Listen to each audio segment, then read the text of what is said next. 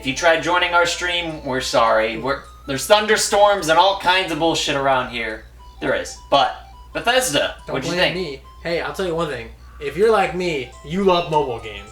Bethesda, for some reason, they said, like, just like you, we love mobile games. Like, they're trying to subliminally put it in your head before they go. They showed so many goddamn mobile games. First of all, this isn't a negative video. We start off hot, but the rest of it's good. But we gotta roast the mobile games first. The mobile games were way too much. They literally thought it was sick as fuck that Elder Scrolls Blades is coming to Switch. Like, we know Xbox and PlayStation wouldn't have this, but the Switch, you can have our trash. And everyone in the crowd's like, yeah! I feel bad for anyone who plays a mobile game on the Switch. I will say that. A sad state to be in. You gotta be a real piece of shit. I'm just kidding. but other than that crowd, I think the crowd was piped in though, because they were way too excited about those mobile games. Every single thing that they show off, every single anything that all you could cheer for, the crowd went nuts. Every mobile game, every fucking mobile game coming to Switch, everybody was like, this is the sickest thing I've ever seen in my life. See, when going into this press conference, I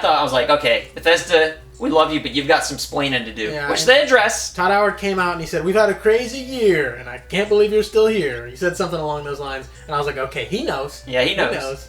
He was looking a little bit nervous at first, and then he was like, okay, they love me. All right, okay, yeah. Good. Well, yeah, of course they love me. I don't know if the crowd was plants or anything, like people planted in there. I think maybe a few hype people maybe were thrown in, but they were way too excited on those mobile games. But let's get to the good stuff. Ghostwire Tokyo. Oh, that was like the first game they showed off. There were two new games. And this looked fucking sick. We missed the first, I don't know how much of it we missed. Like 2 or 3 minutes.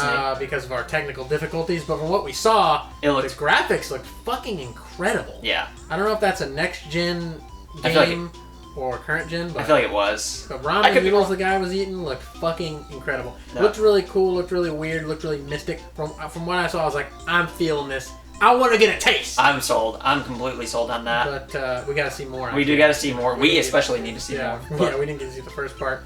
They talked a shitload about Fallout 76, about like, guys, we're making it better, okay? And everyone's like, yeah! Yeah, right? I'm like, guys, don't cheer for this. They're like, we added NPCs to the game. They're doing all these updates, all these different things for it, adding so much stuff in. And yeah, finally they announced, we got a Battle Royale coming. And I'm like, okay, even Fallout gets a Battle Royale. It's like a 52-man Battle Royale, 50-something-man Battle Royale.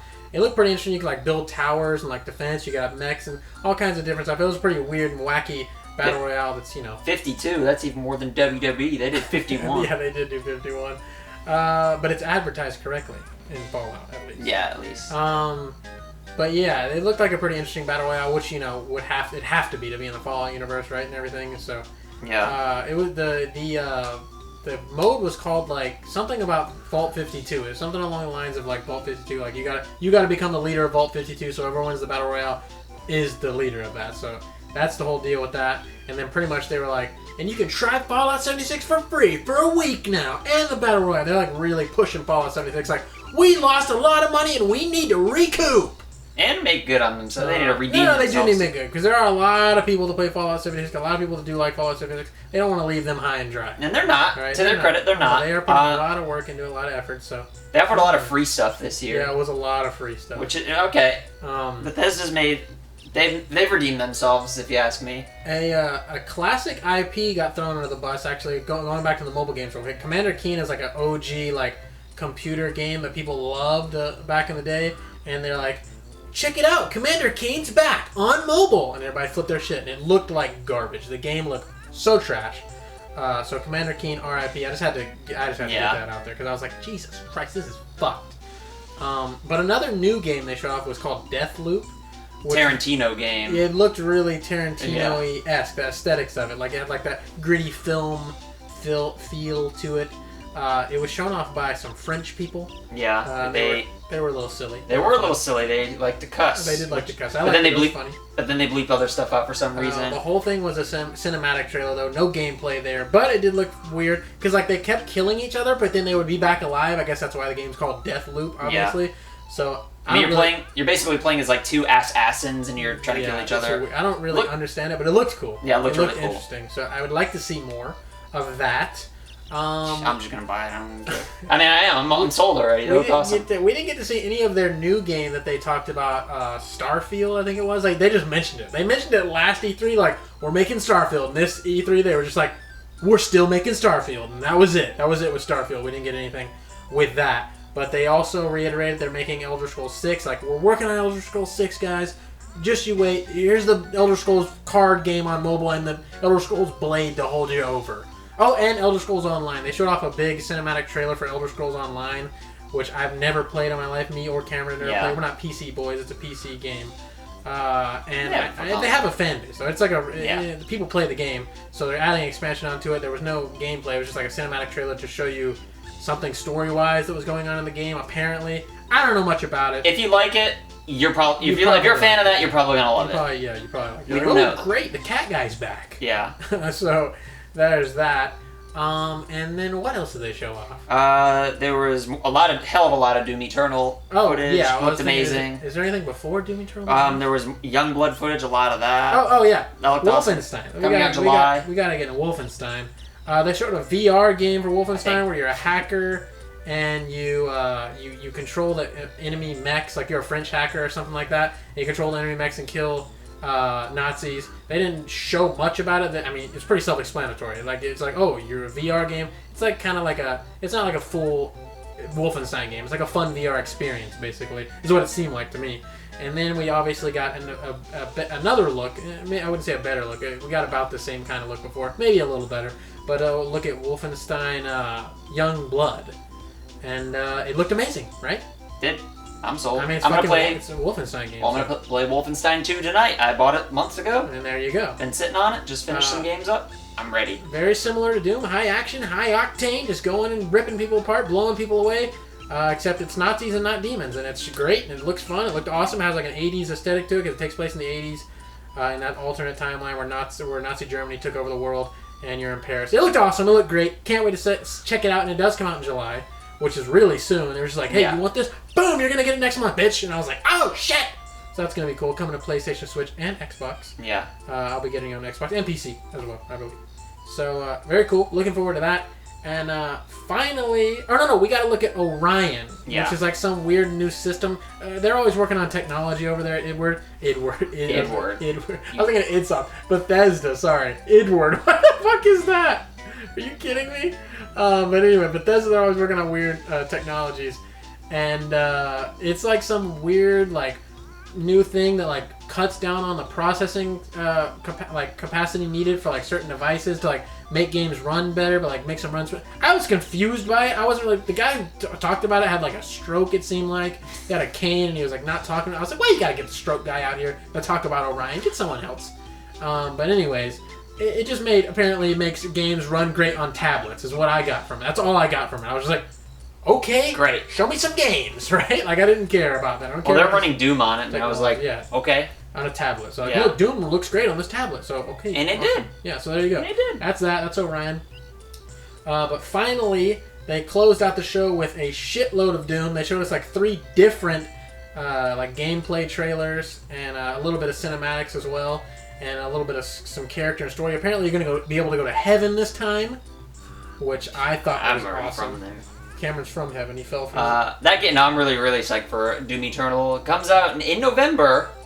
Mm-hmm. And it has tons of throwback Doom stuff from like the original Doom. Because I guess when Doom 2016 came out, people were like, oh, you didn't include this, you didn't include that. And then they're like, okay, we got you on the next one. They did. A lot of fan service. So much. A lot of even classic like grunt noises. Yeah. They threw in like the classic grunt noises. They got all the old weapons back, all the old enemies back. It looked fucking awesome. You got a grappling hook this time. You got weird dashes in the air. All kinds of new items. They fucking jam-packed the hell out of Doom Eternal. It looks so fun, so fast, so arcadey, so over the top, so ridiculous. And I'm super psyched for that. And that is coming out in November, which all the shit's coming out really soon. But you know, a lot like Microsoft was like 2020, but that's like next month. Yeah, I know. So it's like pretty crazy. But it's a great way to end the show. Doom Eternal is definitely like the highlight. It's like looks so fucking fun and awesome. And then they closed out by showing out some multiplayer from Doom. I don't really care. If you're gonna play multiplayer, play multiplayer. I don't know. It looks good. The last Doom multiplayer was outsourced to someone else, which people were bummed about because Bethesda and id Focused on the story, and they outsourced it to, I don't remember who did the multiplayer, but they outsourced it to someone else, and it was kind of a standard multiplayer. But this new Doom multiplayer is it's 2 demons versus 1 Doomslayer. So it's like you and your friend versus a Doomslayer, or you versus 2 other people.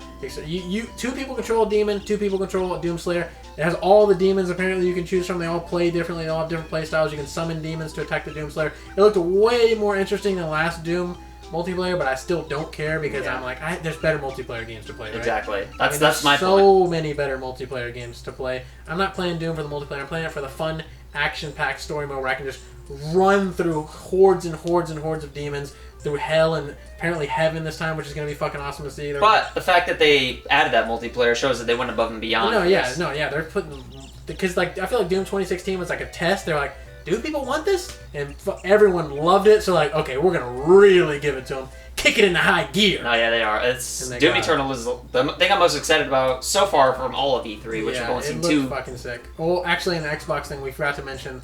There was a Bandai Namco game. Someone reminded us in the comments. Tales of Arise or Arise? Tales of Arise. Probably Arise, but maybe it's a town called Arise.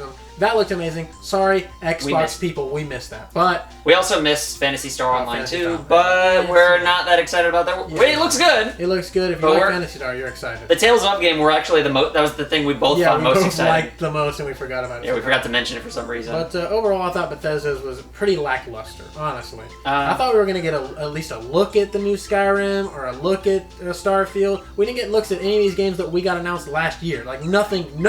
Ghostwire Tokyo and definitely that was that looked pretty good to me. Ghostwire Tokyo looked really fucking awesome. I'd give it like a B, just for those games alone. I was pretty excited. I give it a C. Too much mobile and no looks at the games that they hyped up last year. C is still passing. It's still passing. But I mean, that's solely on the back of Wolfenstein and Doom. Yeah, maybe C with the mobile game actually. The other games, we need some more. We need gameplay. Yeah. For me to get fully on board, we need gameplay. But what did you think? Yeah, tell us down in the comments below. Tell us what we missed and say, Shane, you stupid motherfucker, how did you forget this? I'm sure we did. Whoever presented that mobile game's last name was shit. I forgot the first name. So there you go. So we forgot that. But anyways, sorry we couldn't live stream it. We fucked up. But hey. We didn't fuck up. The weather fucked up. It was a severe thunderstorm. It really is. But thanks for watching this video. Thanks for leaving a comment. Thanks for leaving a like. All the stuff you're going to do because we know you're amazing like that. And I guess we'll check you out in the next we're streaming conference we watch next. We're streaming Nintendo. For sure. That's on Tuesday, though. Probably nothing on Monday. We're not going to stream anything on Monday. I don't know what it is, and I don't want to know. Bye! Check us out on Nintendo.